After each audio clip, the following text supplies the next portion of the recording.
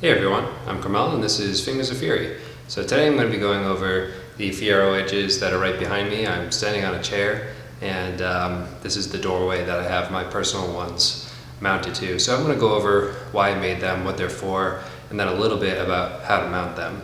So the Fiero edges, they're inspired by the Anderson Brothers hangboards, or at least one or two of them, I forget which ones, have a similar feature, but it's all around this thumb catch here. And if I can maybe get this to focus, so it has a thumb catch on here, and that's to make full crimping, something that you're able to do without aggravating that last joint of your finger. So I love this idea that the Anderson Brothers came up with. I just didn't love the implementation, I didn't love the shape, and then I didn't like that you were constrained to one edge. So I always wanted a similar system but with multiple edges. So we'll start with the 7. The 7 is basically what I built all of these around.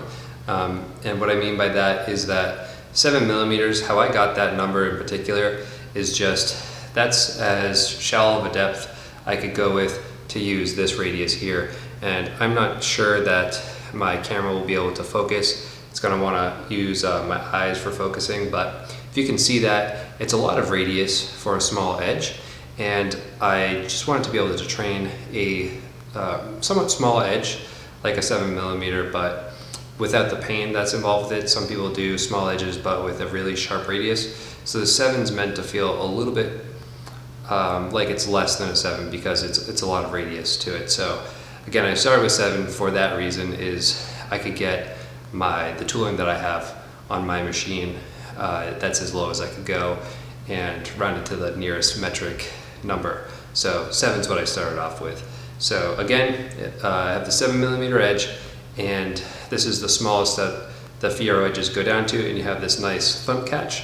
The thumb catch is really mostly circular. I experimented with some different geometries, flat edges and whatnot, until I just had the realization that your fingers are quite round, so actually a round there would feel the most natural. There's a little bit of relief here to give you some room to get that thumb in. And again, this is to practice full crimping. So if you're interested in practicing a full crimp off the wall, this is probably as safe as you can get it. I'm not going to say that there are no disadvantages to training the full crimp. You will have a more acute angle and put more stress on these last joints of your fingers, but you will avoid having a lot more stress by reefing down on that thumb when you're doing it. So that's why I designed it, and that's why they exist. You can obviously still use these for half and open crimping, but in particular this thumb catch is here for that reason. And so that will bring us to the mounting.